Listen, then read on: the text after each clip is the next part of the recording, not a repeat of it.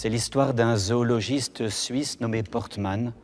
Scientifique reconnu par ses pairs, il s'était spécialisé dans les chants à motifs des oiseaux.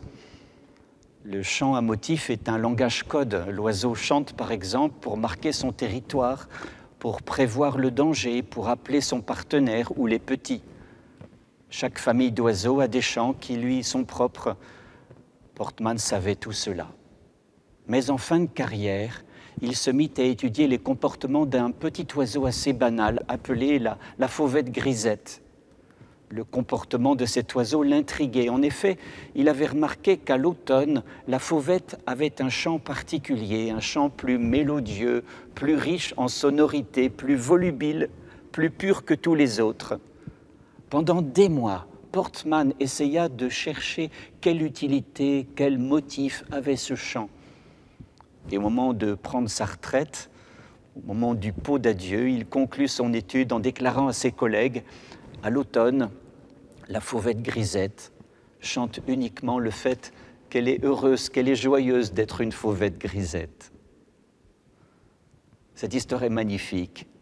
Elle suggère à sa manière que ce que nous ferons au ciel, nous serons pris dans le grand mouvement de louange du Fils vers le Père, dans la puissance de l'Esprit. Nous serons des milliards pris dans ce grand mouvement de louange, mais pas à la manière fusionnelle des rave parties ou des concerts de métal.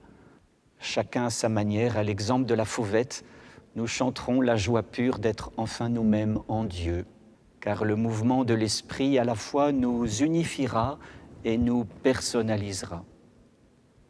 Ici-bas, notre louange est certes réelle, mais balbutiante, sauf exception.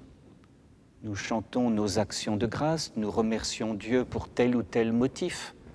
Dans l'autre monde, nous atteindrons la gratuité du chant automnal de la fauvette grisette. En tout cas, c'est notre espérance. Je reconnais devant toi le prodige, l'être étonnant que je suis.